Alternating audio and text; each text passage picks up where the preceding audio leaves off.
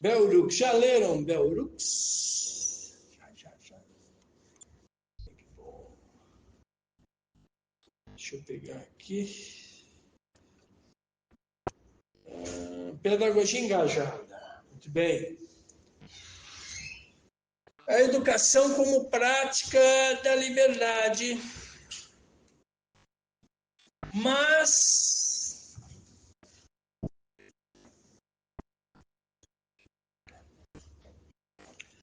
a educação como prática da liberdade é um jeito de ensinar que qualquer um pode aprender. Esse processo de aprendizado é mais fácil para aqueles professores que também creem que sua vocação tem um aspecto sagrado, que creem no nosso trabalho não é simplesmente partilhar informação, mas sim o de participar do crescimento intelectual e espiritual dos nossos alunos. Espiritual. Ensinar de um jeito que respeite e proteja as almas de nossos alunos é essencial para criar condições necessárias para que o aprendizado possa começar de modo mais profundo e mais íntimo. Ao longo de meus muitos anos como aluna e professora, fui inspirada sobretudo por aqueles professores que tiveram coragem de transgredir as fronteiras que fecham cada aluno numa abordagem do aprendizado como uma rotina de linha de produção. Esses professores se aproximam dos alunos com a vontade e o desejo de responder ao ser único de cada um, mesmo que a situação não permita o pleno surgimento de uma relação baseada no reconhecimento mútuo. Por outro lado, a possibilidade desse reconhecimento está sempre presente. Paulo Freire e o monge budista vietnamita Thich Nhat vamos chamá-lo assim, Thich Nhat Hanh, são dois professores cuja obra me tocou profundamente. Quando entrei na faculdade, o pensamento de Freire me deu o apoio que eu precisava para desafiar o sistema da educação bancária, a abordagem baseada na noção de que tudo o que os alunos precisam fazer, consumir a informação dada por um professor e ser capazes de memorizá-la ou armazená-la. Desde o começo foi a insistência de Freire na educação com prática da liberdade que me encorajou a criar estratégias para o que ele chama de conscientização em sala de aula, traduzindo esse termo como consciência e engajamento críticos. Entrei nas salas de aula convicta de que tanto eu quanto os alunos tínhamos de ser participantes ativos, não consumidores passivos. A educação como prática da liberdade era continuamente solapada por professores ativamente hostis à noção de participação dos alunos. A obra de Freire afirmava que a educação só pode ser libertadora quando todos tomam posse do conhecimento, como se esse fosse uma plantação em que todos temos de trabalhar. Essa noção de trabalho coletivo também é afirmada pela filosofia do budismo engajado de Thich Nhat Hanh, focada na prática associada à contemplação. Sua filosofia é semelhante à insistência de Freire na praxis, agir e refletir sobre o mundo a fim de modificá-lo. Em sua obra, Thich Nhat Hanh sempre compara o professor a um médico ou a um curador. Sua abordagem, como a de Freire, pede que os alunos sejam participantes ativos, liguem a consciência à prática, enquanto Freire se ocupa sobretudo da mente. Thich apresenta uma maneira de pensar sobre a pedagogia que põe em evidência a integridade, uma união da mente, corpo e espírito. Sua abordagem holística ao aprendizado e à prática espiritual me permitiu vencer os anos e anos de socialização que haviam me levado a acreditar que a sala de aula perde importância quando os alunos e professores encaram uns aos outros como seres humanos, integrais, buscando não somente o conhecimento que está nos livros, mas também o conhecimento acerca do viver no mundo. Nesses 20 anos de experiência de ensino, percebi que os professores, qualquer que seja sua tendência política, dão graves sinais de perturbação quando os alunos querem ser vistos como seres humanos integrais, com vidas e experiências complexas, e não como meros buscadores de pedacinhos compartimentalizados de conhecimento. Quando eu era aluna de graduação, os estudos da mulher estavam apenas começando a encontrar o seu lugar na academia. Aquelas aulas eram o único espaço em que as professoras estavam dispostas a admitir que existe uma ligação entre as ideias aprendidas no contexto universitário e as aprendidas pela prática da vida. E apesar dos momentos em que os alunos abusavam dessa liberdade em sala de aula e queriam falar somente sobre sua experiência pessoal, as salas de aula feministas, no geral, o lugar onde eu via as professoras buscando criar espaços participativos para a partilha de conhecimento.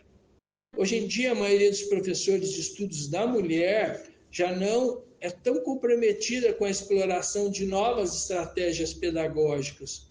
Apesar dessa mudança, muitos alunos ainda querem fazer os cursos feministas porque continuam acreditando que ali, mais do que em qualquer outro lugar na academia, vão ter a oportunidade de experimentar a educação como prática de liberdade.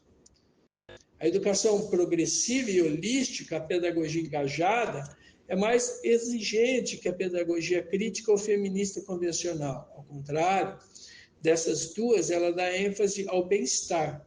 Isso significa que os professores devem ter o compromisso ativo com o processo de autoatualização que promova seu próprio bem-estar.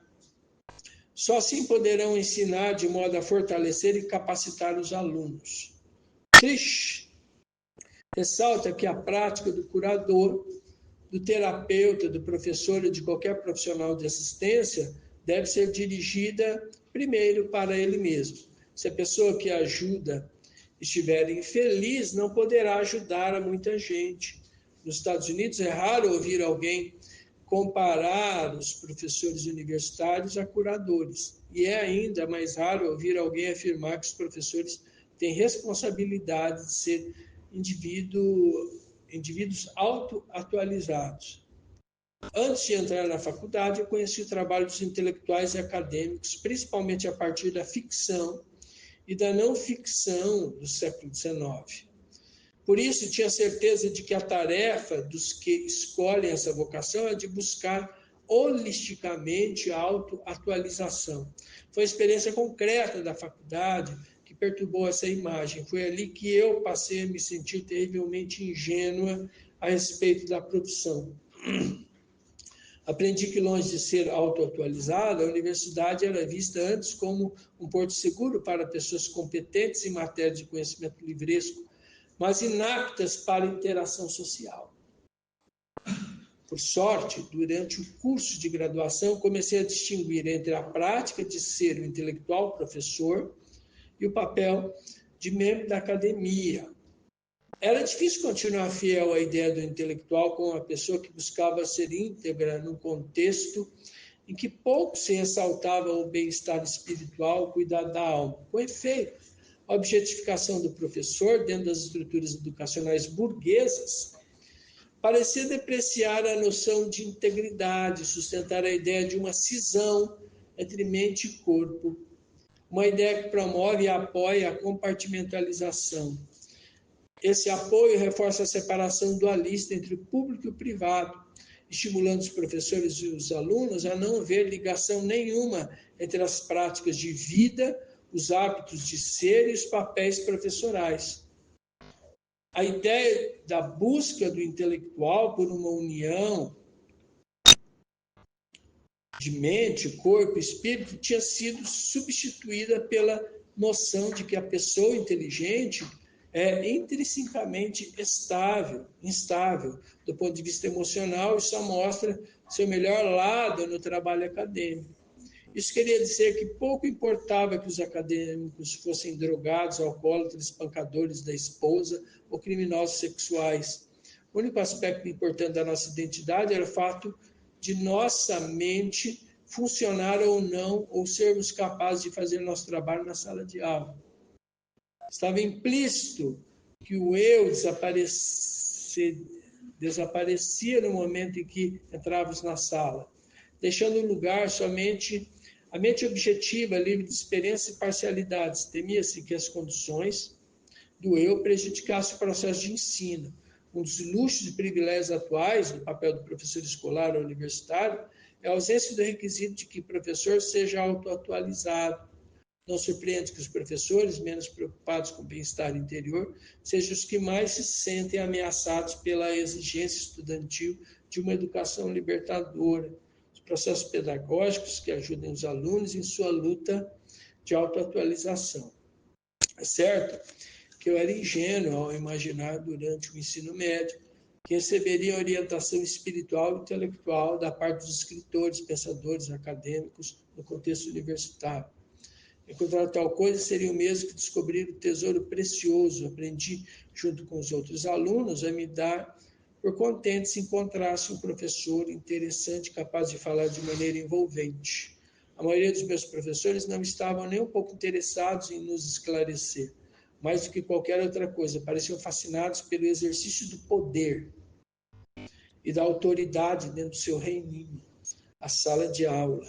Não quero dizer que não houvesse tiranos encantadores e benevolentes, mas minha memória me diz que era raro, extraordinariamente, assombrosamente raro, encontrar professores profundamente comprometidos com as práticas pedagógicas progressistas. Isso me desiludiu. A maioria dos meus professores não me despertou o desejo de imitar seu estilo de ensino. O compromisso com a busca de conhecimento me deu força para continuar assistindo às aulas, mas mesmo assim, como eu não era conformista, não era uma aluna passiva, que não questiona, alguns professores me tratavam com desprezo. Eu estava aos poucos me distanciando da educação. Em meio a esse distanciamento, encontrar Freire foi fundamental para a minha sobrevivência como estudante. A obra dele me mostrou o caminho para compreender as limitações do tipo de educação que eu estava recebendo e, ao mesmo tempo, para descobrir estratégias alternativas de aprender e ensinar. Uma coisa que me decepcionou muito foi conhecer professores brancos, homens, que afirmavam seguir o modelo de Freire, ao mesmo tempo em que suas práticas pedagógicas estavam fundadas nas estruturas de dominação, espelhando os estilos dos professores conservadores, embora os temas fossem abordados de um ponto de vista mais progressista.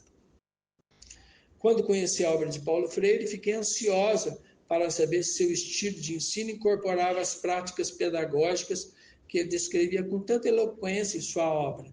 No curto período em que estudei com ele, fui profundamente tocada por sua presença, pelo modo como a sua maneira de ensinar exemplificava sua teoria pedagógica. Nem todos os estudantes interessados em Freire tiveram a mesma experiência. Minha experiência com ele me devolveu a fé na educação libertadora. Eu nunca quisera abandonar a convicção de que é possível dar aula sem reforçar os sistemas de dominação existentes. Precisava ter certeza de que professores não têm de ser tiranos na sala de aula. Embora quisesse seguir a carreira de professora, acreditava que o sucesso pessoal estava intimamente ligado à autoatualização. Minha paixão por essa busca me levou a questionar constantemente a cisão entre mente e corpo, tantas vezes tomada como ponto pacífico. A maioria dos professores era radicalmente contra.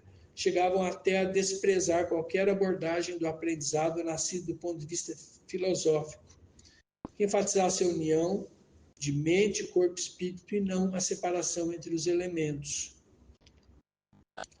Como tantos alunos para quem agora dou aula, ouvi várias vezes de acadêmicos prestigiados a opinião de que era engano meu procurar aquele tipo de perspectiva acadêmica. Durante os anos em que fui estudante, senti uma profunda angústia interna Lembro dessa dor quando ouço os alunos expressar o medo de não obter êxito nas profissões acadêmicas, caso queiram se sentir bem, caso repudiem todo o comportamento disfuncional e toda a participação das hierarquias coercitivas. Esses alunos muitas vezes temem, como eu temia, que não haja na academia nenhum espaço onde a vontade e a autoatualização possa ser afirmada. Esse medo existe porque muitos professores reagem de modo profundamente hostil à visão da educação libertadora que liga a vontade de saber à vontade de vir a ser. Nos círculos profissionais, muitos indivíduos se queixam amargamente de que os alunos querem que as aulas sejam uma espécie de terapia de grupo. Embora seja irrazoável da parte dos alunos ter a experiência de que as aulas sejam sessões de terapia, é adequado terem a esperança de que o conhecimento recebido nesse contexto os enriqueça e os torne melhores. Bom, vamos lá então. Acho que texto é um pouco, vamos ver até onde ele vai. Texto mais extenso. Mas vamos até aqui, como a primeira parte, né? E aí? Vamos começar essa primeira parte. Depois a gente vai. Preciso dizer que é uma mulher negra que está escrevendo. Ela não necessariamente coloca questões desse texto, pelo menos até a parte onde nós lemos, questão ética, raça, envolvendo negritude, mas preciso dizer que é uma mulher negra que está escrevendo. Então, acho que isso é um dado importante. Mas e aí? Também o texto provocativo é importante fazer uma autocrítica também. Né? O texto questiona a convivência acadêmica, o aprendizado da academia.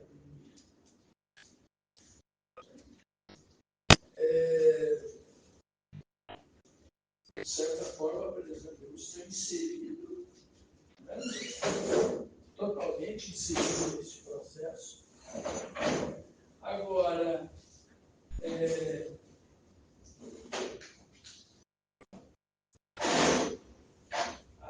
a decepção dela, talvez entender que o espaço acadêmico fosse um espaço desmotivante para ela.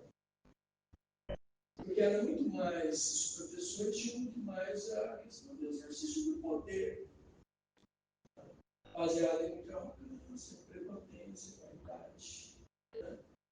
Onde a questão, Max Weber já coloca essa questão em ciência política, duas vocações. Já coloca essa dimensão e isso escreve na passagem do século XIX para o XX. Me parece que isso é uma característica mesmo da universidade. Né? A universidade desse espectro. Né? Agora, pensando do ponto de vista, ela coloca essa questão das mulheres também, da produção, né, do conhecimento, e como o estudo das mulheres, né, foi defendido ali, né, nas cercanias acadêmicas, né, dentro da academia. Como eu disse no início, a academia é um universo, um espaço de luta também, um espaço. Eu acho que o texto ele expressa isso, sobretudo, também. Mas é uma outra ótica em relação ao que nós entendemos a universidade, como nós entendemos a produção do conhecimento. É uma crítica necessária, extremamente necessária. Se nós formos imaginar, né, quantos estudantes negros, quantos professores, né? Quantos professores negros? Só a maioria dos professores brancos. São os professores negros, né? Então, no evento da semana passada, de alguma forma, nós refletimos sobre isso também.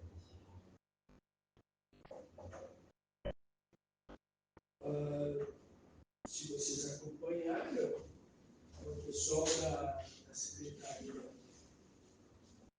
de Educação, do Departamento, né, sobre políticas afirmativas, o professor me perguntou lá, falou, mas e aqui no município é um governo progressista? Eu falei, não, o governo é de extrema-direita.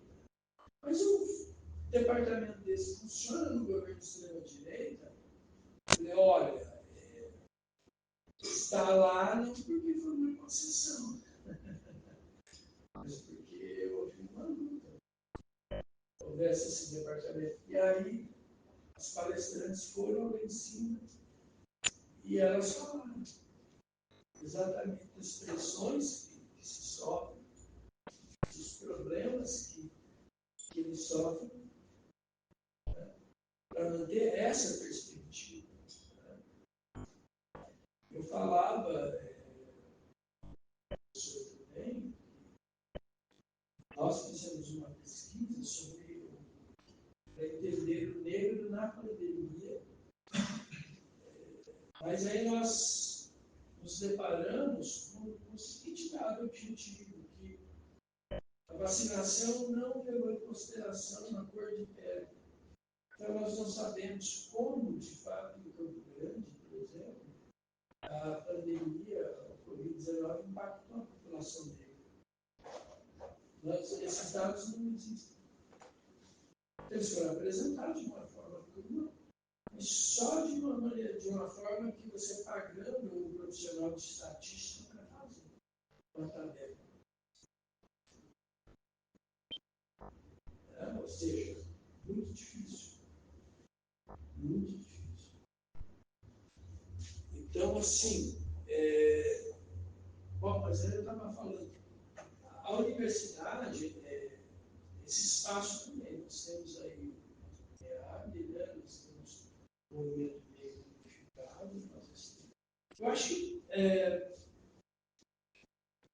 talvez ao adotar esse texto hoje, eu estou querendo discutir com vocês muito mais a questão do engajamento do texto, mas que é algo que sempre vai causar espécie, sempre vai gerar uma oposição.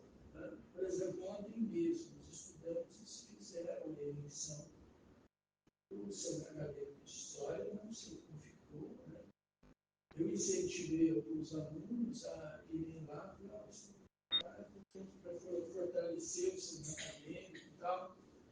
Alguns alunos falaram, não houve a exposição das propostas, das chapas que se apresentaram, eu não vou votar, porque não vou votar a isso. Tá certo. Tá certo. Mas precisa fortalecer. Precisa fortalecer. Então, aí tá, quer dizer, como nós, professores, vamos educar vocês para a autonomia, não é dar autonomia também. Você se coloca. A forma, a maneira como nós reagimos, nossos professores, a isso.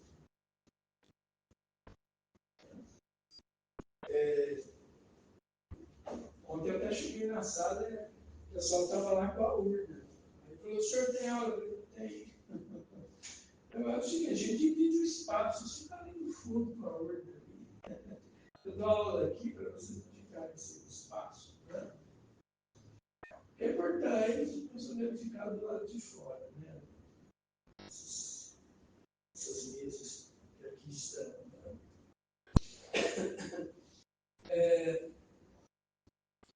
A questão também que eu venho colocando a vocês, por exemplo, uma vez professores. E aí? E a questão do engajamento. Né? Eu já falei para vocês sobre a dificuldade disso. Em um país cada vez mais racista. Né? Nesse final de semana eu fui visitar amigos, né? Eu fui fazer uma visita, cheguei lá, chegou um assunto sobre o racismo. Né? Aquela velha conversa. Os negros, eles têm preconceito deles mesmos, inclusive na África, um apresava os outros ali, se faziam escravos.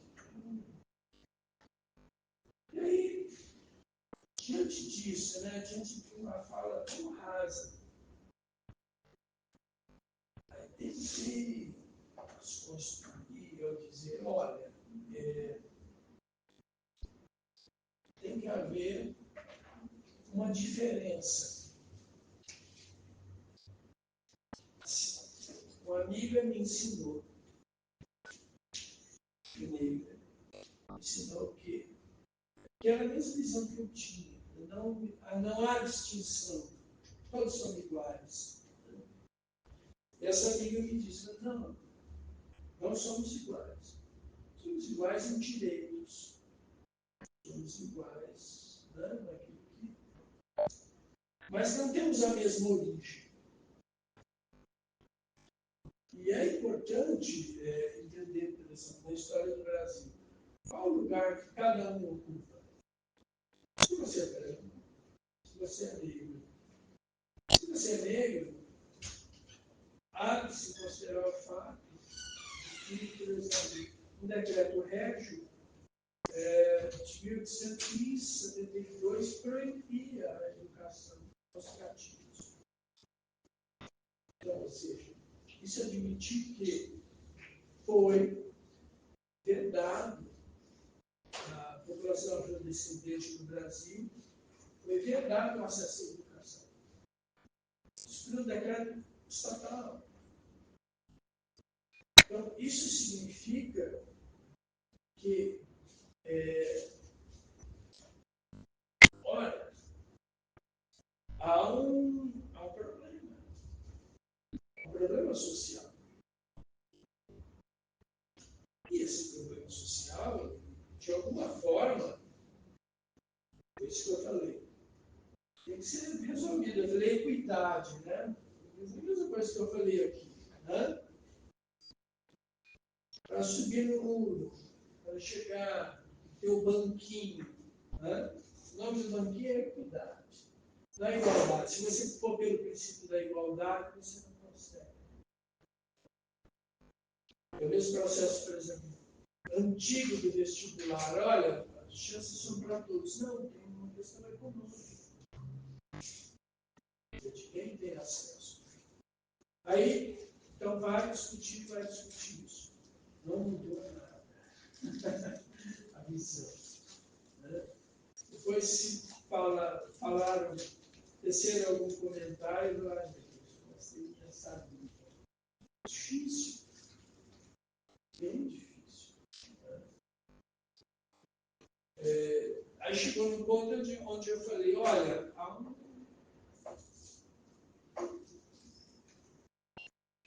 consenso também. Olha, de alguma forma, a questão da imagem tem que mudar. Não pode a população afrodescendente ser vista de uma forma degradante. Né? Isso subentende a supressão de estudos sobre a escravidão, por exemplo, que parte do movimento negro tem. A supressão da escravidão, a supressão da história. Agora vamos contar só a que as coisas, né, são boas, ou vamos mostrar as pessoas afrodescendentes bem-sucedidas em várias áreas. Né? Vamos mostrar, vamos colocá-los sempre em uma posição que não demonstre sempre uma visão assim, eu concordo com isso também. Mas também um pouco daquela discussão quando surgiu o filme sobre a Barbie, né? Você fala, a Barbie, você pode ser qualquer uma, né? Você pode falar para mim, não, o filme é super encaixado, o filme é super, né? Eu fui lá assistir, né? Aí eu falei, o que eu estou fazendo aqui? Aí no final eu disse, existe a Barbie famélica, né? Se todas as Barbies são possíveis, né? É possível você criar a Barbie famélica, é uma visão um pouco alienada, né? Por quê? Porque a população preta está morrendo. Nós sabemos, já falei isso, os dados, as estatísticas estão aí. As pessoas pretas continuam morrendo de preferências pretas na nossa periferia. O mapa da fome, a parte das pessoas negras se encontram em segurança alimentar. E aí nós vamos combater o racismo, né? É uma coisa polêmica, vocês não acham? Coisa um pouco. E aí é que entra o identitarismo. Que entra o identitarismo. O identitarismo é uma armadilha. Quem acredita aí no identitarismo?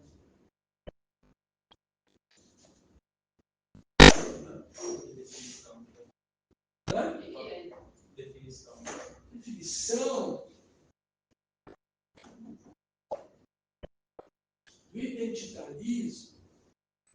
O identitarismo é uma percepção agora, por exemplo, que os afrodescendentes devem ser, de alguma forma, empoderados. Eu concordo, mas assim, sabe comercial agora? Que tipo de comercial tem alguém afrodescendente, comercial de bancos, margarina? Se você fala, pô, a questão racial está resolvida. Porque os afrodescendentes estão sendo inseridos.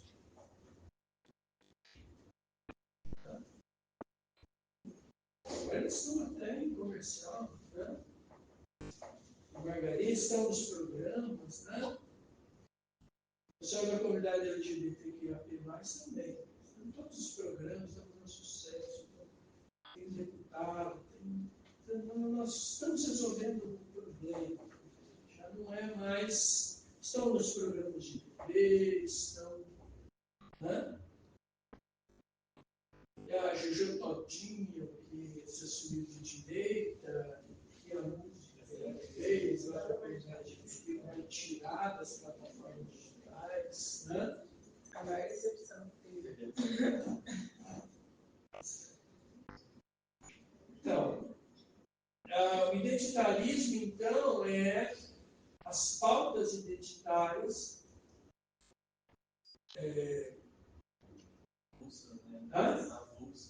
Vai ser muito mais um fenômeno da indústria cultural, da indústria de massa. De transformar a LGBTQIA+,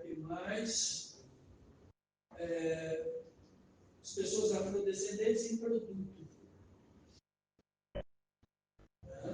É o chamado Pink Money.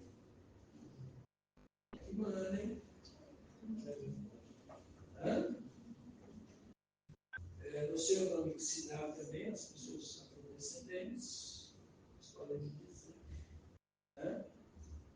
Mas ou seja, tudo se refere a uma questão do consumo. Do consumo, quer dizer, as pessoas pretas consomem, as pessoas LGBT consomem.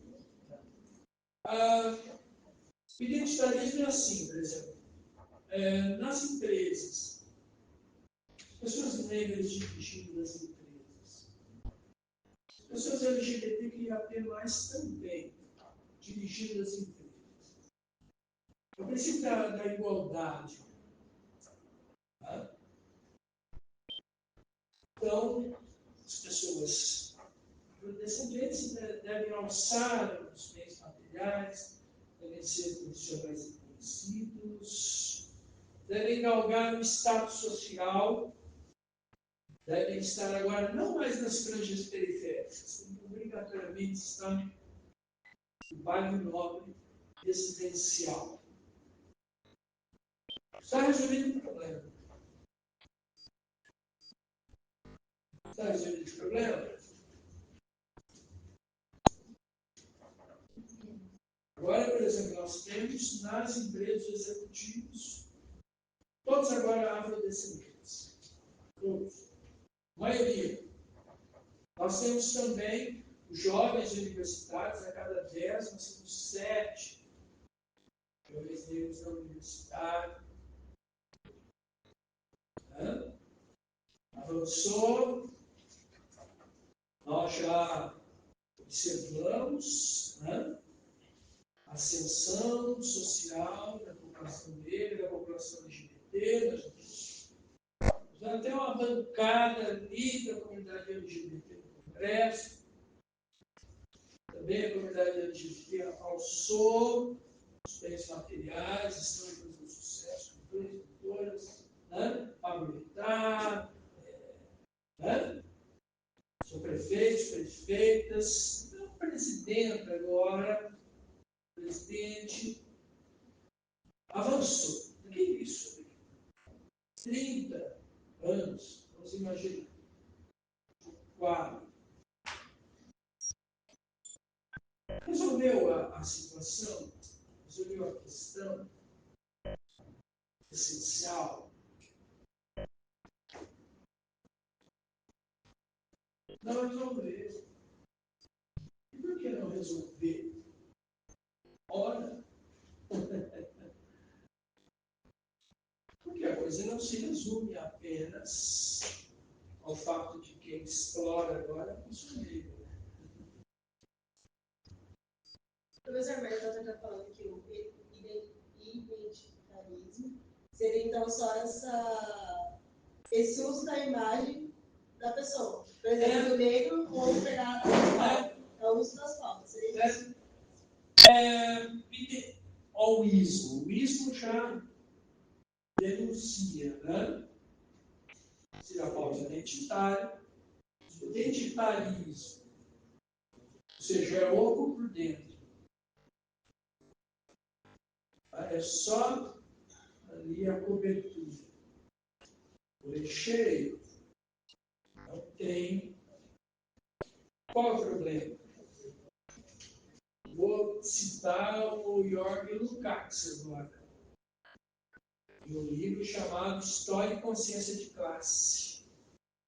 Jörg Lukács é um marxista ortodoxo, hein? Não é heterodoxo, não. Ele é ortodoxo. É aquele marxista, casca grossa. Cara, é um marxista, Jörg Lukács. Jörg Lukács dizia, e ele tem razão até um certo ponto, onde ele afirmava o seguinte: as pautas, quando é a luta pela identidade, quando a questão é a identidade, essa questão ela não gera consciência de classe. Por quê? Porque no Gartz fala assim, não gera consciência de classe. Seria importante gerar consciência de classe. Para entender que, por exemplo, os afrodescendentes são explorados. Não gera consciência de classe, por quê? Porque uma vez a pessoa da comunidade LGBT, seja as mulheres, seja a população afrodescendente, pode se tornar um capitalista. Ele era oprimido, agora ele oprime. Ou seja, o que nós discutimos, peles negras, máscaras, não é? Não? Peles negras, máscaras pretas. Ou seja, olha só.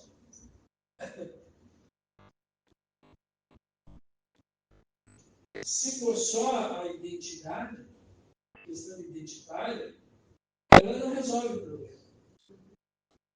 Porque pode fazer do afrodescendente, do negro, da preta, do preto, um opressor.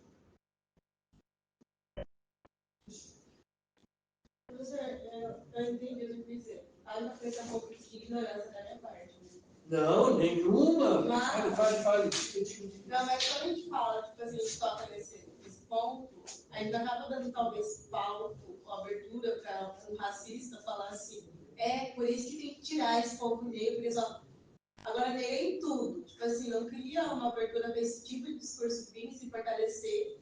E, tipo assim, vai jogando na mídia, e o pessoal vai comprando esse discurso. Tipo assim, eu entendi totalmente o que o senhor falou, eu concordo. Porque é igual o que a Miriam fez. Ela comprou uma pauta da sessão da mulher negra favelada e LGBT, e agora ela está totalmente contra tudo aquilo que ela defendeu muitos anos atrás. Eu compreendi, mas também abre palco para essa questão, entendeu? Tipo, aí, realmente, é só mimimi. Ele tá aí. Por exemplo, a Maju, quando ela acendeu para ser da Fantástico, ele falou assim, é só porque ela é uma mulher negra, tipo, invalidando a capacidade dela profissional de estar lá. Entende? Agora, assim, eu Entendo. Vamos resolver essa questão. A questão já tem uma fechadinha. Tem que acabar tudo. Bota Então, vamos pensar, vamos para o outro lado, para depois chegar nesse ponto.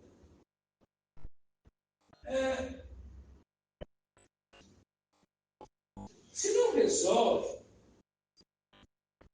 por exemplo, resolver o fato agora de você ter na Rede Globo Televisão uma pessoa negra agora, mas que defende o mercado.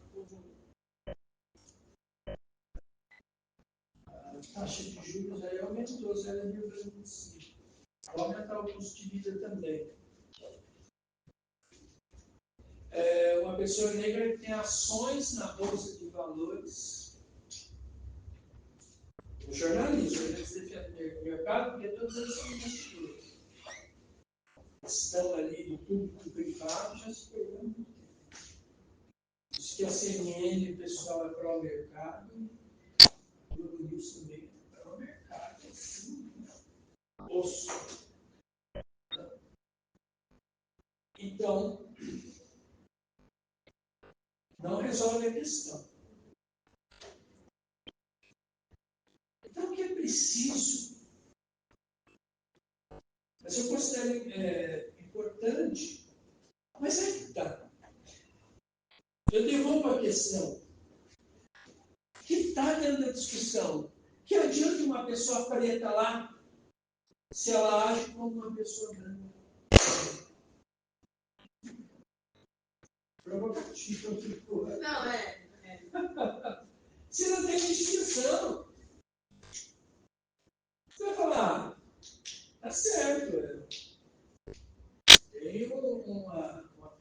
opressora. Patrão, opressor, negro e tem um branco. Aí você fala assim, não, ainda bem que o patrão é negro. Só que ele age da mesma forma. Da mesma maneira. Aí você fala, não, mas é o princípio da igualdade, é isso. Porque até então os negros não podiam nem ser o patrão opressor. Agora eles podem ser o patrão opressor. Mas isso resolve a questão? Não resolve. Pele negra, máscaras brancas. Mas aí, professor, a gente também, assim, eu entendi, tá? Não estou sendo contra. Sim, não, estou achando maravilhoso você. Não, mas é porque, assim, igual eu falando numa aula, né? Aquele pessoal que tinha alma branca, sabe? Quando ele se domestica com a alma branca. Mas aí, beleza, eu entendi essa compreensão do capitalismo e tudo mais. Só que, assim, né? Meu pai, ele é preto e minha mãe é branca. Agora, a partir de uma coisa pessoal minha. A minha mãe tem cabelo liso, porque ela alisou. Então, quando eu estava na escola, todas as meninas tinham cabelo liso. Eu tenho muita liso no cabelo. E aí, igual, por exemplo, eu não tinha uma figura de uma mulher preta de cabelo fechado, igual o meu. Então, eu me senti, tipo assim, cara, fiscalizar, tem que ficar dentro dos padrões. Eu entendo que gera essa questão do capitalismo, gera essa questão da pessoa, ela se tornar opressora.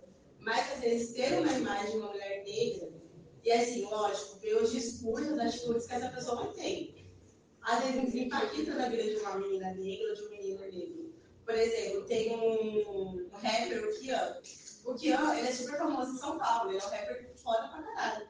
E ele é um cara super negro. Tipo assim, a molecada olha ele e fala, pô, quero ser igual ele, entendeu? Mas eu entendi tudo que o senhor falou, assim, concordo, ó, porque o capitalismo, ele destrói a gente. Ele acaba consumindo a nossa alma, e acaba que a gente se torna capitalista e reproduz os discursos que ele quer, que ele faz isso. E isso é identitarismo. Ah, sim. Mas o que eu tô... Isso eu citei a Barbie.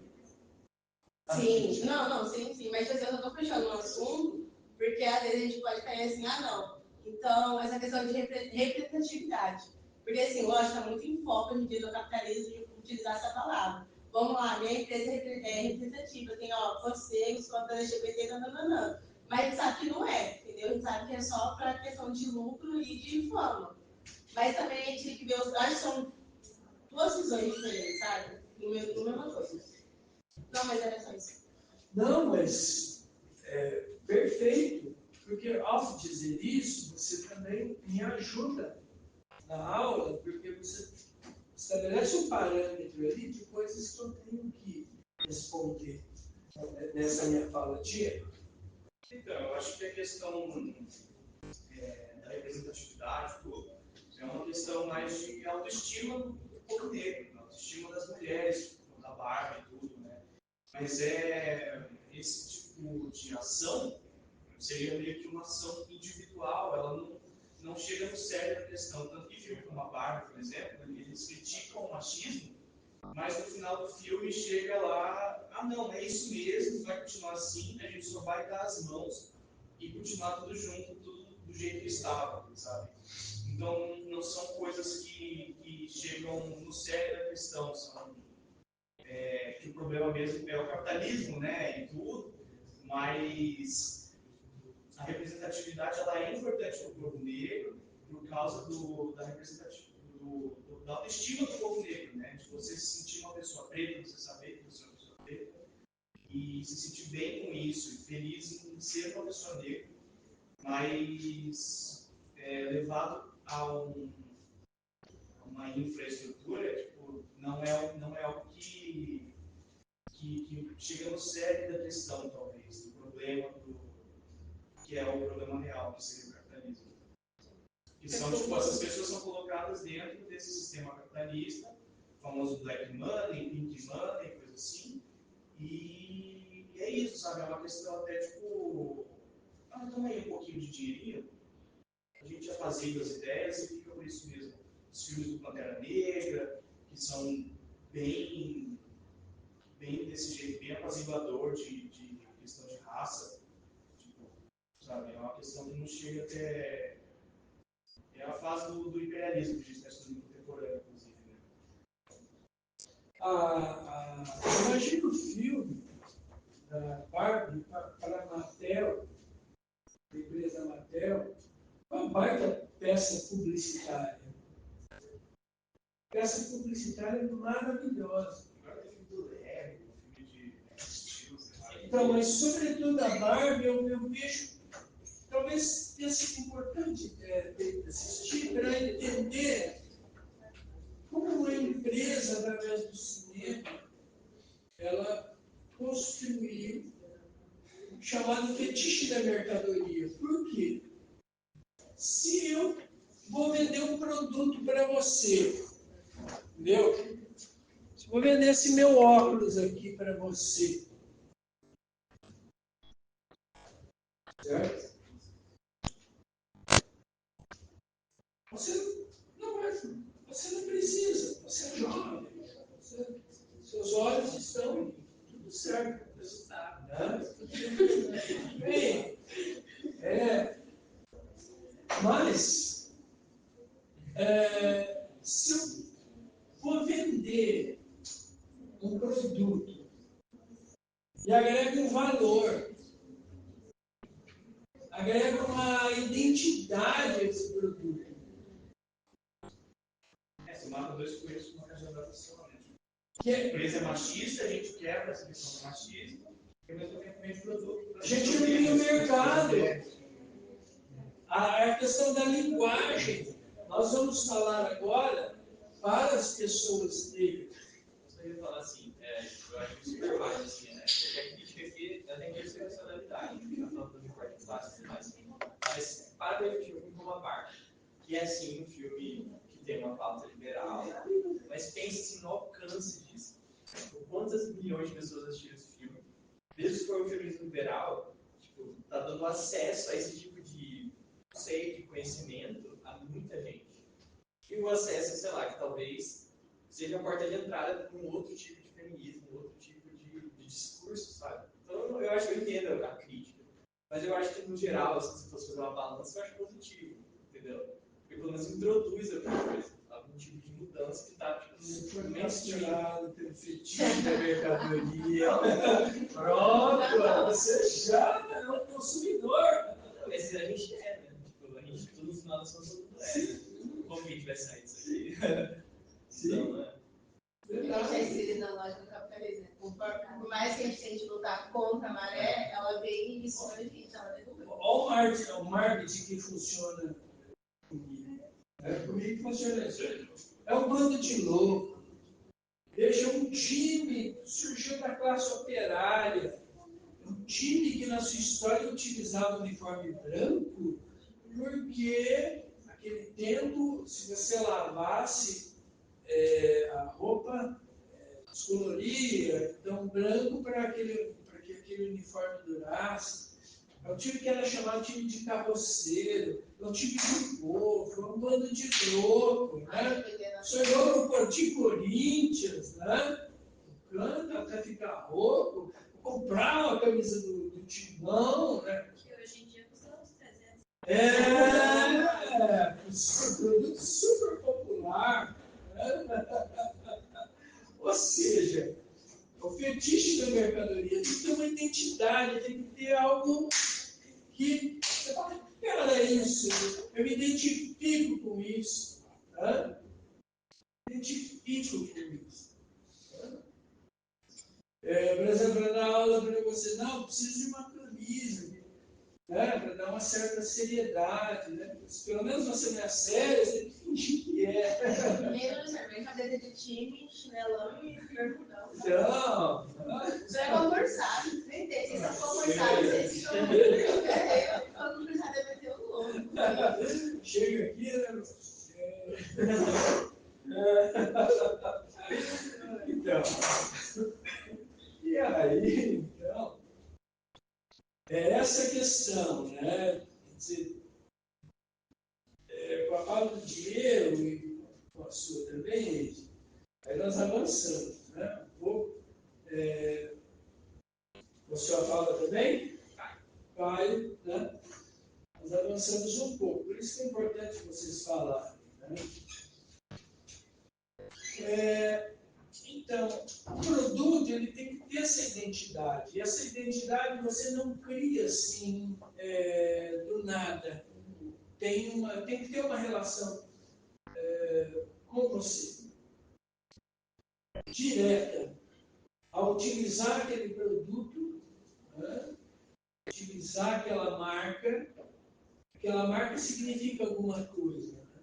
É como, por exemplo, na época de Woodstock, a Levis fez uma peça publicitária na época. Eu tinha um pôster, já nos anos 70, da Levis, que falava assim: ser jovem e ir para o Woodstock é usar a calça Levis. Né? Então, se você é jovem, você usa a calça Levis, porque a calça Levis é rock and roll, é atitude.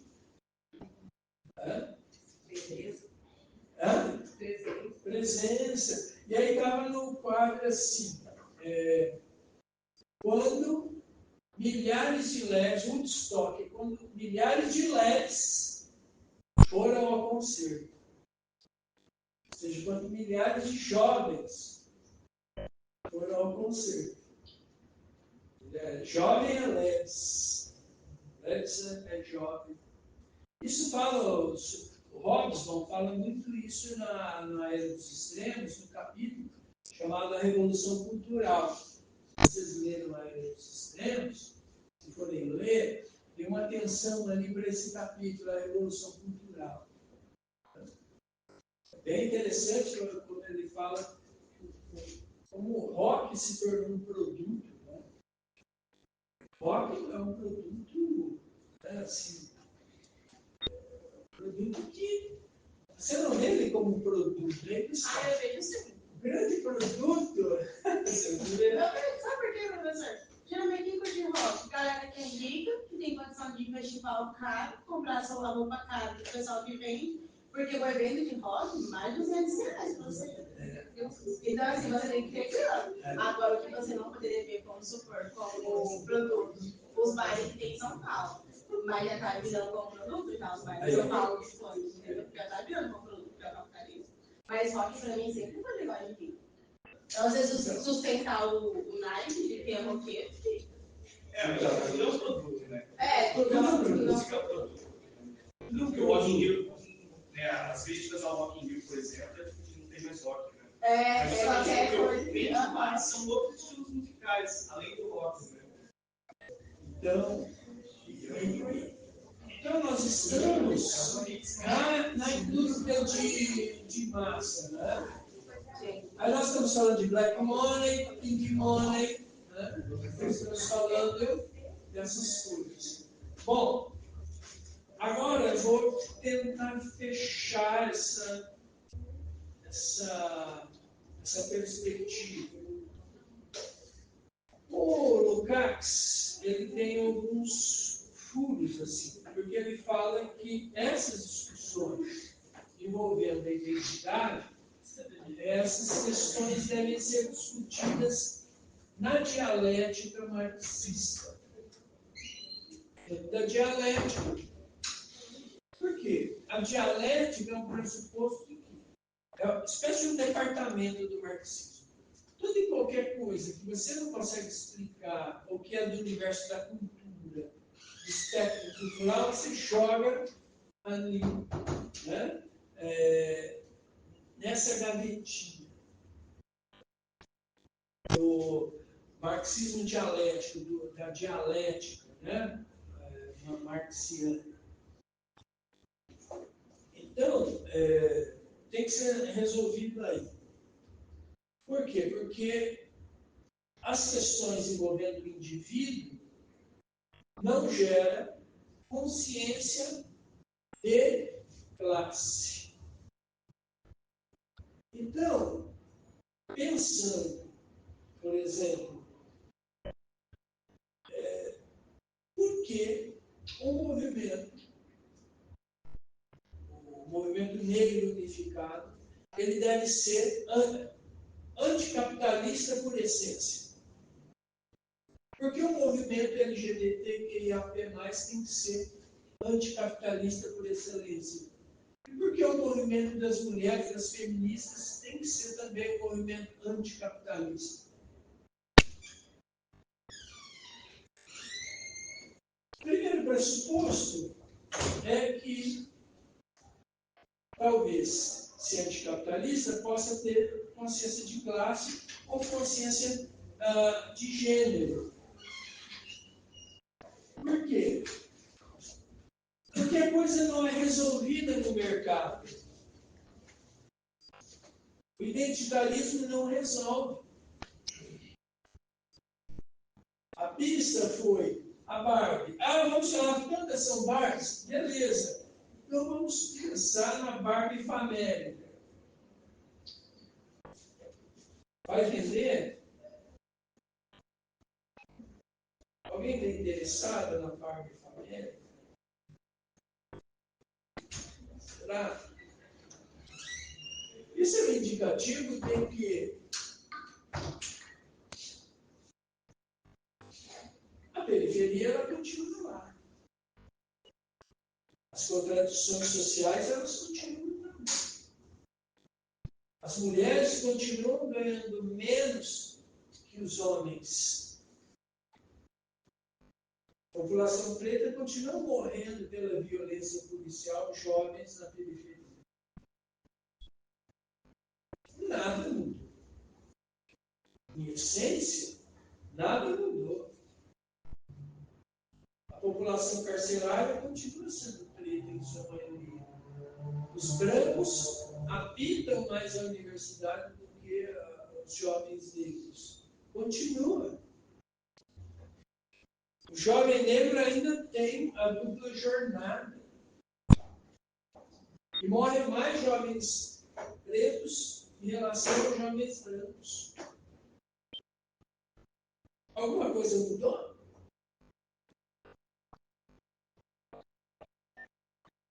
Nada mudou.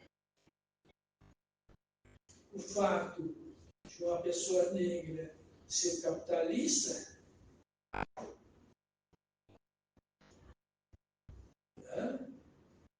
ela poder consumir, ou seja, por que o racismo, o antirracismo tem que ser anticapitalista? Ora, porque é o próprio capitalismo que gera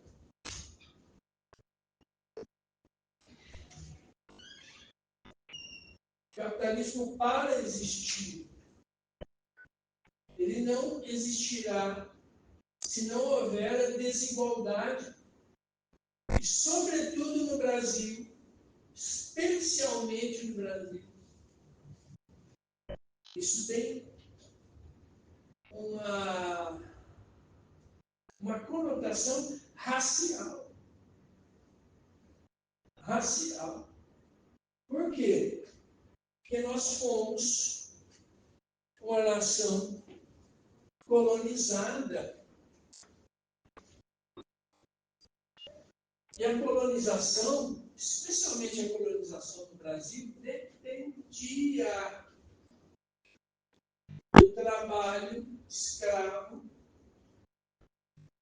das pessoas vindas da África.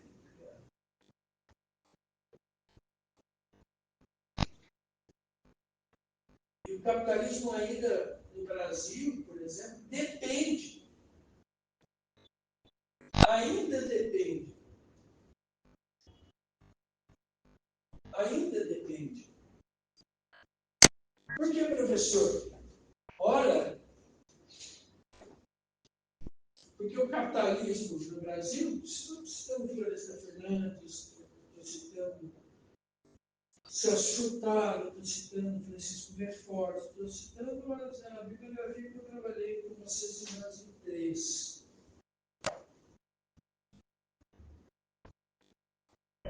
A formação da economia, formação econômica do Brasil, desde os tempos da capitania, hoje ainda, ela é um liberalismo econômico, mas sem liberalismo político. O liberalismo no Brasil, ele é um liberalismo onde a burguesia, os grupos, setores hegemônicos, precisam obter a primazia política, o predomínio político, que significa o controle do Estado e o controle do governo, para controlar um capitalismo que não é um capitalismo liberal, totalmente liberal. Não deverá ser. No Brasil, mesmo o liberalismo, Vargas, pós-industrialização, é ainda um liberalismo até o sétimo andar. Esse tipo de... Por quê? Porque se é o liberalismo pleno, a elite perde o controle. Você quer? Eu quero fazer duas perguntas. Opa, faça, por favor. Professor, o negro pode cometer racismo com outro negro? É considerado racismo? Tipo, porque tá se vê no lugar dele, mas não é racismo. Tipo assim. Pode. É racismo, então. Pode. É considerado racismo. Acho que pode. Pode ser. Eu digo, sim. Por quê? Porque nós estamos discutindo o seguinte. Na verdade, o que eu estou querendo discutir com vocês? Estou querendo discutir como você deixa de ser. Como é que você vai deixar de ser negro, negra, afrodescendente, preto? Vai deixar de ser. Você é o que você é. Mas, em muitos casos, você não age como uma pessoa com consciência racial. Você não age levando em consideração a sua ancestralidade, as suas raízes, a sua história. Quando a pessoa negra fala que o candomblé, a umbanda é coisa do diabo, Mas aí isso daí não seria injúria racial? Qual a diferença do racismo para a injúria racial? racismo para injúria racial. Porque eu estava pensando que injúria racial poderia ser tipo assim: ver um negro numa loja comprar, e a pessoa olha e fala, eu acho que você não tem dinheiro para comprar aquilo. Tipo, não é um racismo direto. Né? Sim. Tipo, mas eu que. Claro. Que você me. Tipo assim, eu vou entregar o negócio para a outra, e você quer pegar da minha mão. Não falou nada, ela não cometeu racismo. Você sabe que tem uma coisa assim.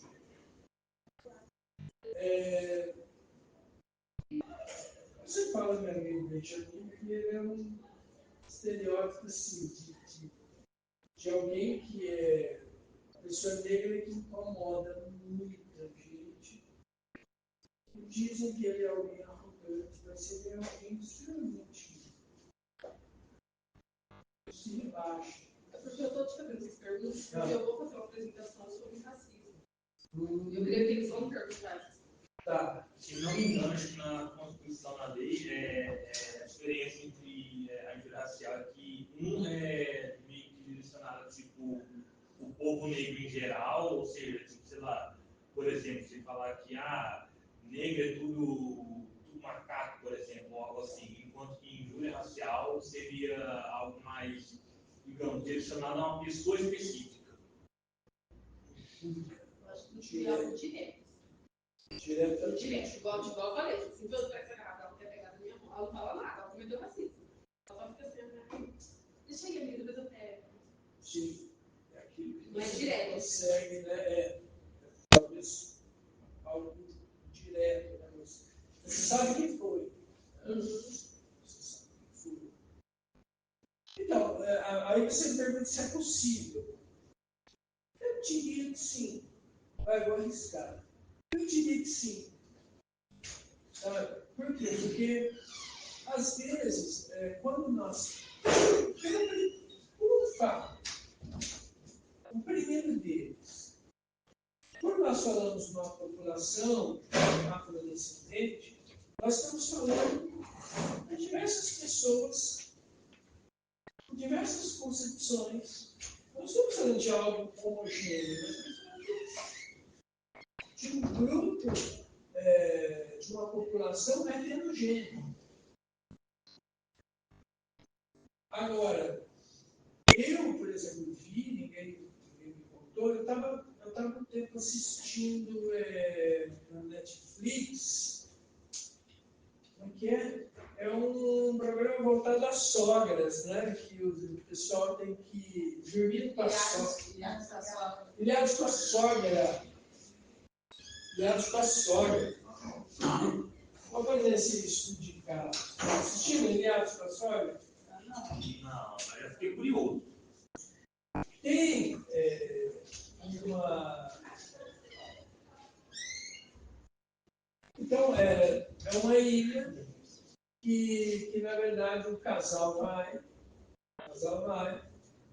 acha que é um programa de casal.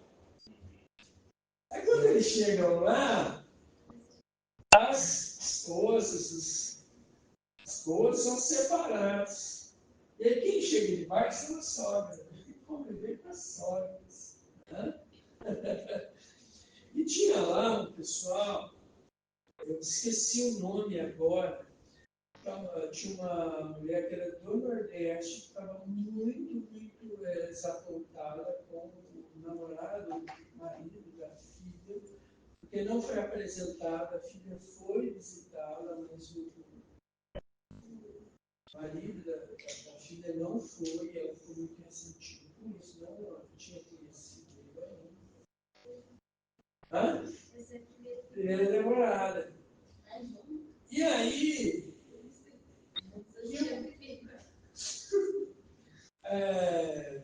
aí chegou um momento que, por exemplo, essa pessoa era uma pessoa bem assim, humilde, não sei se ela foi empregada doméstica, ela fazia um serviço parecido, era uma pessoa muito simples, mas que você percebe que é uma pessoa que respeita as suas origens, que tem uma origem, a vida foi dura com ela, parece que até ela sofreu abusos quando era jovem.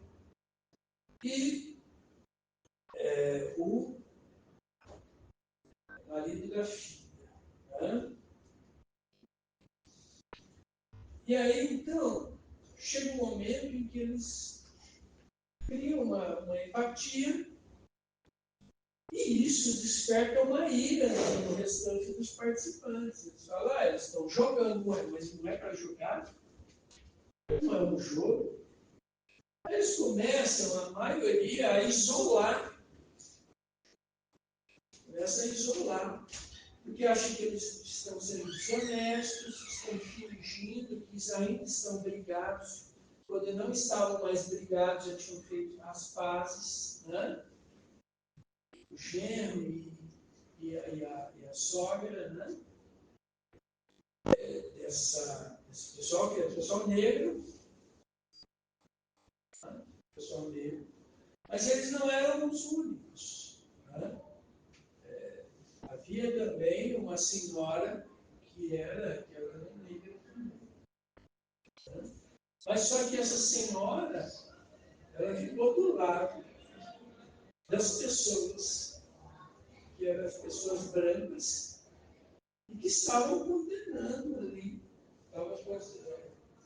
E aí, não sei se eu estou explicando bem. Vocês estão entendendo?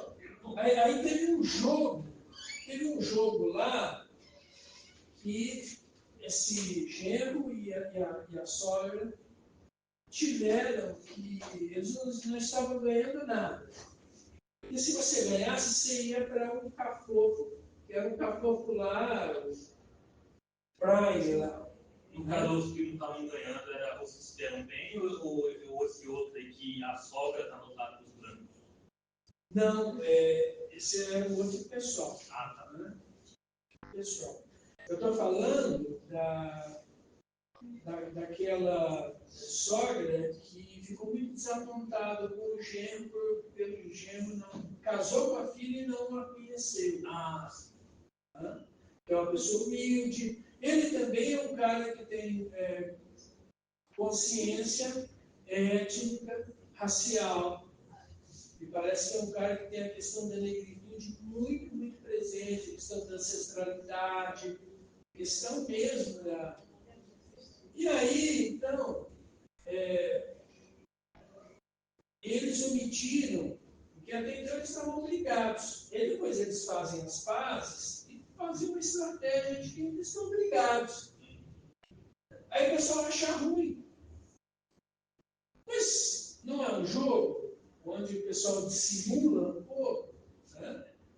E aí a maioria ficou desapontada. Né? Desapontado com eles. Muito desapontado até falar, eles estão fingindo, eles estão jogando de uma forma desonesta. E começaram a boicotar. E chegou um momento onde tem aqueles joguinhos para ver quem vai no melhor apartamento, né? No melhor, que quem ganha. E tem a chance também de ir para a final. E aí começou a haver uma torcida para quê? Porque aí o pessoal foi desistindo, né? Uma prova de resistência, né? Todo mundo começava e quem não aguentava mais ia saindo. Aí chegou um momento em que esse pessoal, esqueci o nome deles, essa sogra e esse genro, né, que não se falavam, mas que passaram a se falar, eles ficaram por último, ficaram estudando com o outro genro e sogra também. Né? E aí o pessoal ficou falando assim, se perder, é a Copa do Mundo. Hein? E aí, na verdade, esse pessoal ganhou. Esse genro, essa sogra que não se davam bem. Aí, na hora, isso é racismo. Isso é racismo. Sabe por quê? Porque, agora, respondendo à sua pergunta, havia também uma senhora que era negra e que não teve qualquer empatia, que no momento falou, o que eles estão passando é racismo. E ficou ali do lado das pessoas brancas. Né? E aí a pergunta é, por que essa sogra e esse genro, eles incomodaram tanto? Foi porque eles fingiram, simularam que estavam brigados e não estavam mais brigados?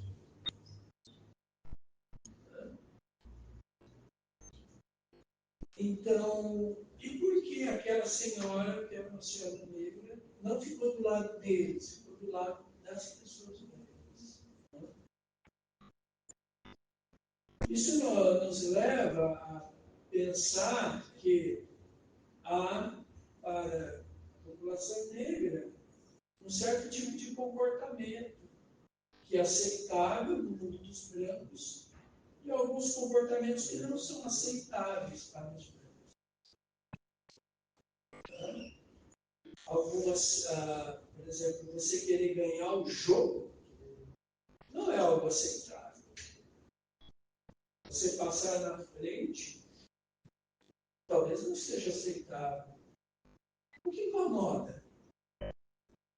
Por que se torna uma questão pessoal? é isso nos remete ao ódio. Isso nos remete ao ódio.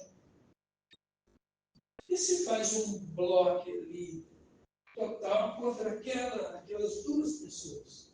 Todos estão contra aquelas duas pessoas. Talvez remete à questão tipo, duas pessoas negras se unindo como se fosse tipo, até me entenda, talvez, fazer um paralelo entre a população negra e a população mais oprimida, se unindo para, digamos, bater de frente contra aquela elite branca, e aí, no caso, a outra sogra, que era negra, mas ficou do lado dos brancos, talvez ficando.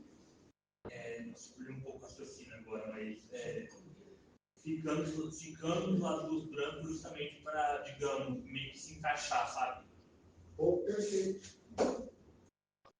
Talvez se fosse isso, você desistiu.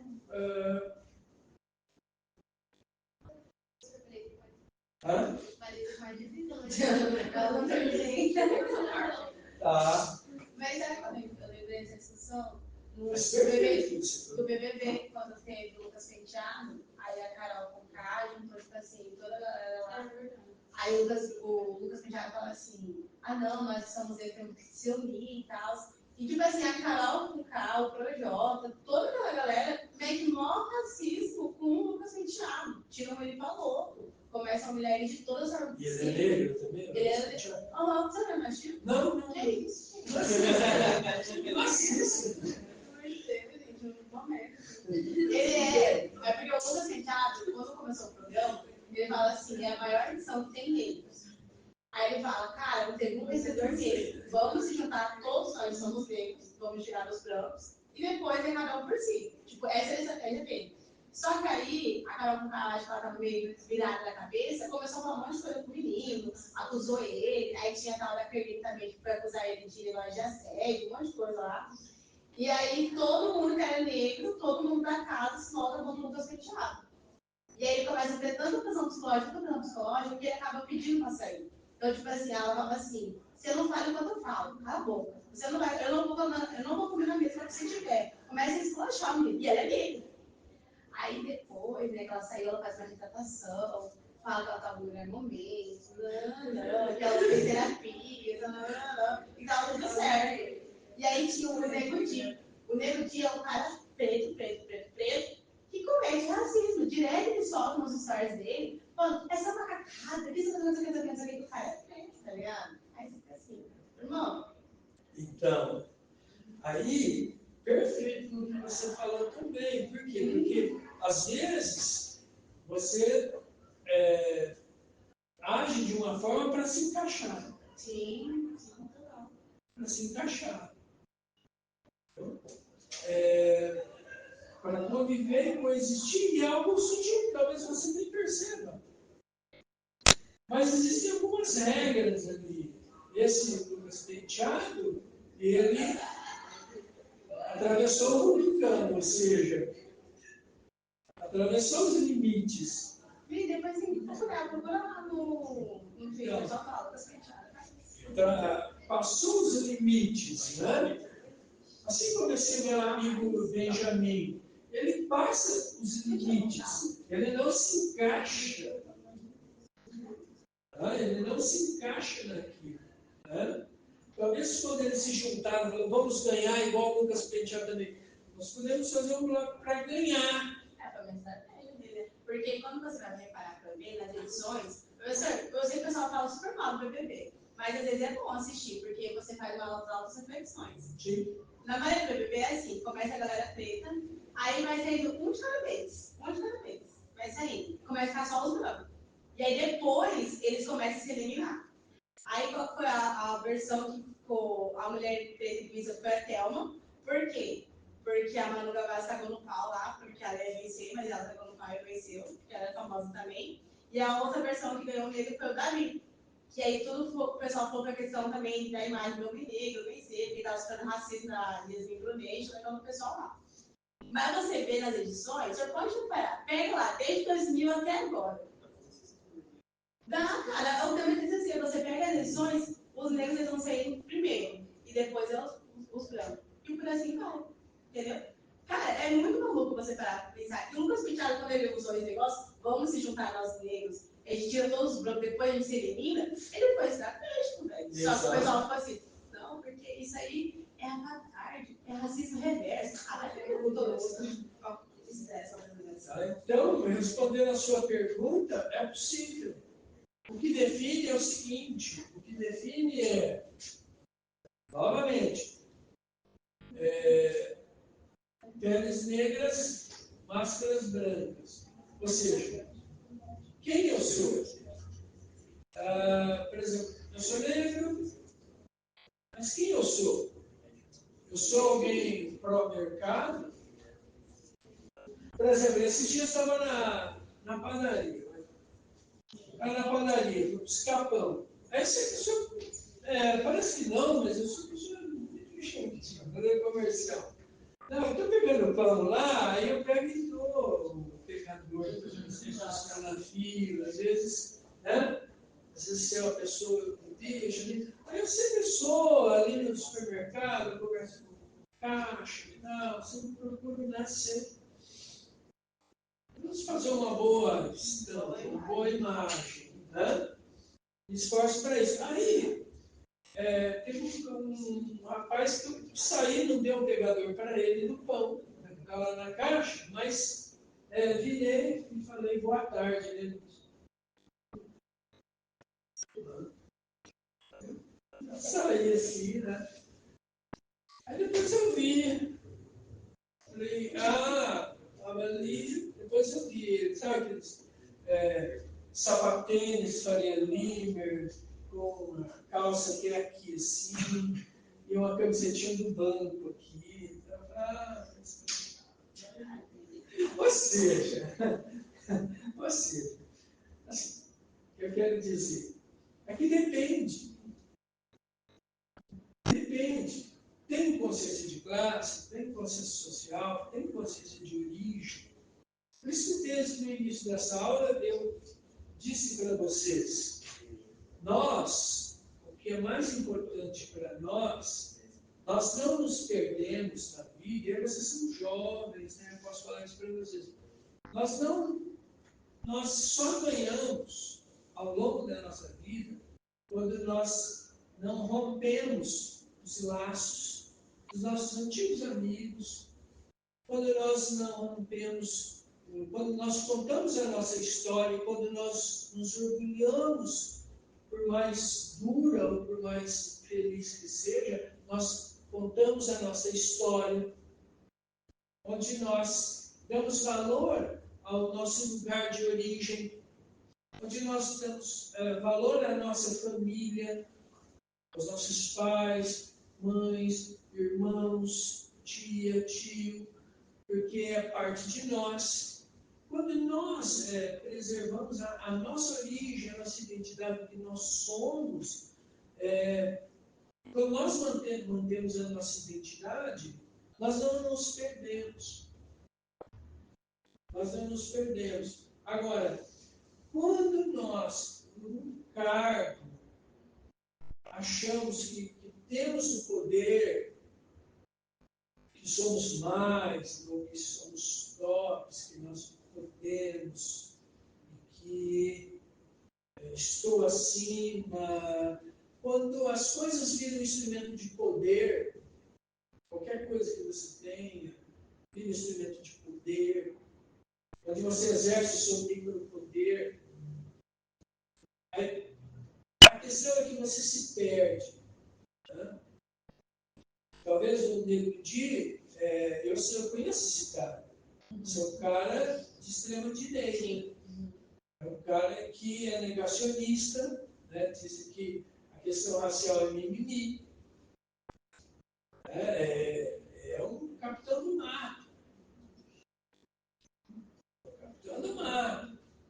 Então, isso ocorre. Ou seja, então, a questão é a consciência étnica, racial, de origem.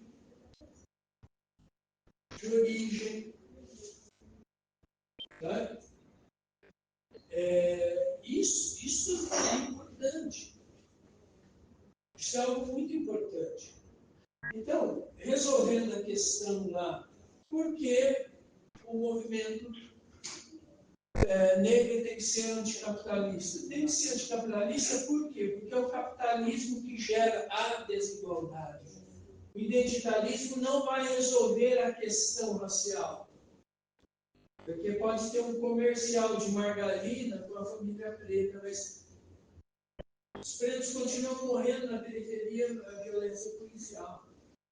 Eles continuam tendo a dupla jornada, os jovens, e jovens negros morrem mais em relação aos brancos. A maioria dos negros não estão aqui na universidade, a maioria dos negros estão na prisão. Então, o identitarismo, ele é vazio porque ele não resolve. Ele não resolve a questão. E ele não, como o Diego falou, não toca no ponto. Vamos acabar com esse sistema, quer dizer, vamos discutir a pauperização, vamos fazer uma reforma trabalhista decente, vamos distribuir a riqueza, vamos fazer a revolução, vamos tomar o que é nosso. Agora eu vou falar de quê? Mas vamos discutir o que interessa. O que interessa é o quê? A distribuição da riqueza. O que interessa é, beleza, cota racial, está aí. Cota. E outros mecanismos de inserção nos espaços privilegiados, no locus privilegiado, que é, por exemplo, a universidade. Que é a universidade. Tem que ter a cota mesmo. Tem que ter o ingresso, tem que ter. Não pode ter aqui só branco, jovem branco, entendeu? Também tem que ter jovem branco também. Jovem negro também. Tem que ter indígena, tem que ter LGBT, tem que ter todo mundo aqui.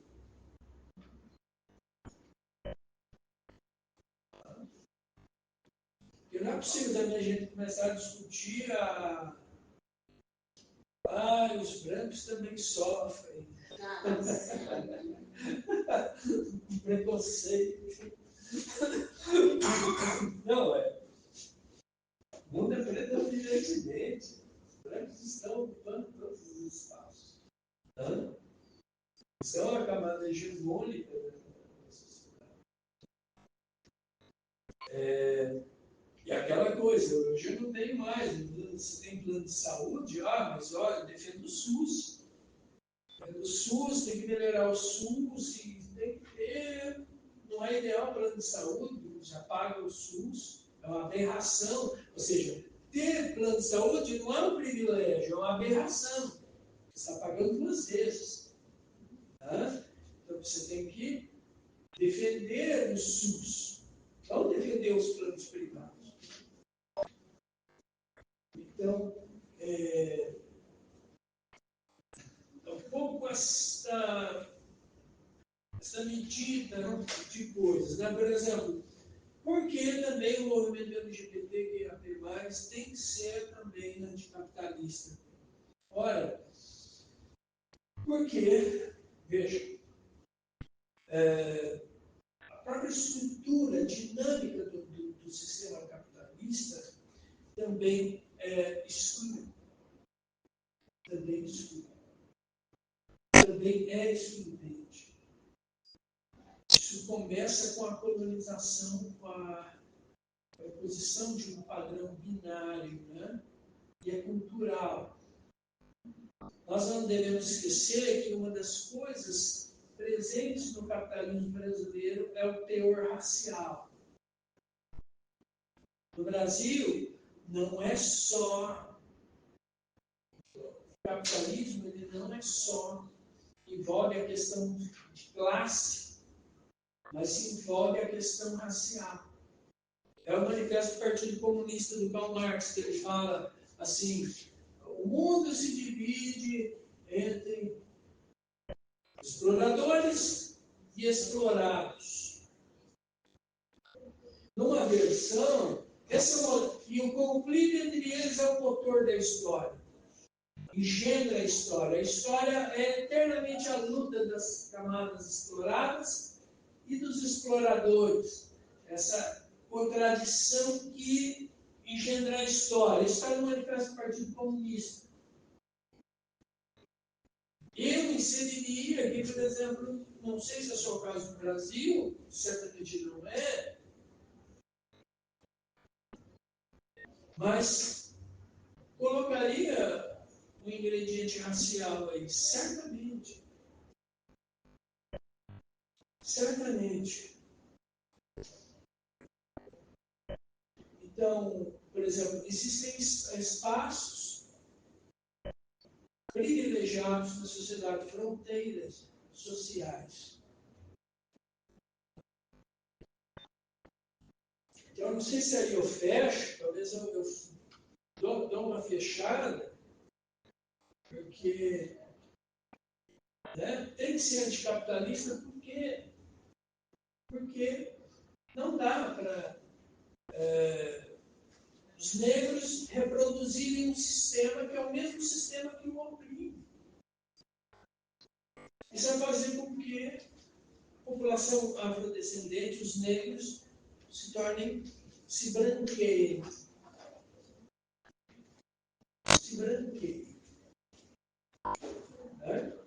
Então, eu sou igual a Negridi, sou negro, mas sem consciência racial.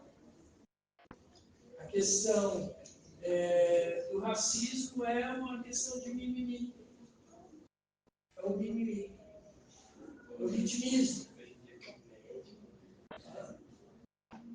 Ou seja, então é preciso gerar a consciência de classe, consciência racial.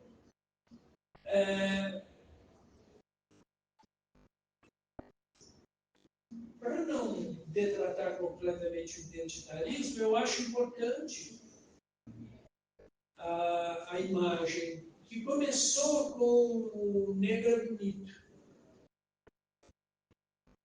Negra Linda, né?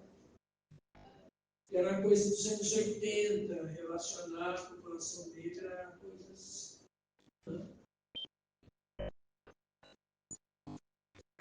Tem gente usando por aí a palavra denegrir ainda. Denegrir.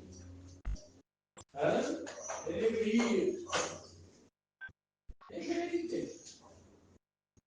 Se vocês ouvirem alguém falando, está denegrir, com licença, tira essa palavra não. Você precisa promover alguns embates. Sem embate não ocorre. Sem embate, nada. O mundo, veja, o mundo. Só mudou que pessoas. Sabe, porque uma palavra de conteúdo racial religioso. O Lutero foi no Vaticano e falou: pô, isso é um comércio da fé. Vou criar uma nova religião, as pessoas não precisam comprar os relicários, nem precisam comprar a salvação, né? E você pode estar próximo de Deus sem ir na igreja. Ele colocou esses 95 teses na Catedral de Wittenberg. Os caras queriam mandá-lo para a Santa Inquisição. Só não aconteceu o pior porque os príncipes germânicos estavam interessados nas terras da igreja. O mundo muda através dos embates, os grandes embates. A zona de conforto nunca mudou o mundo, na verdade, né? Nunca mudou o mundo. Se nós considerarmos Colombo, embora a colonização terrível, estamos lidando com o legado maldito dela, né? Mas quando foi Copérnico que falou, olha,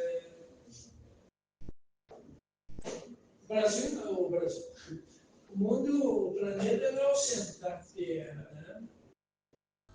Mas foi Giordano Bruno, foi queimado. Né? Falar, olha, existe um sistema solar. O Sol é. Nós giramos em torno do Sol, não é o Sol. Foi queimado por isso. Mas o mundo muda através dos embates. Por isso que aí, então, a pedagogia engajada. Eu sei que tem diretores e diretoras das escolas, eu sei que o espaço escolar não é um espaço pode ser um espaço hostil, tanto dos alunos, tanto dos pais, quanto dos professores. Eu sei que vocês têm que fazer aí, mas algo vocês têm que fazer. Algum embate aí vocês têm que. Porque senão não vai. Começa a mudar o mundo quando a gente se engaja. Às vezes dá insegurança mesmo. Ah, meu Deus, o que eu fiz? E agora?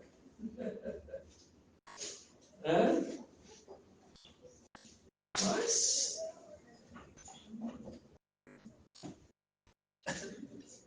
respeito você não consegue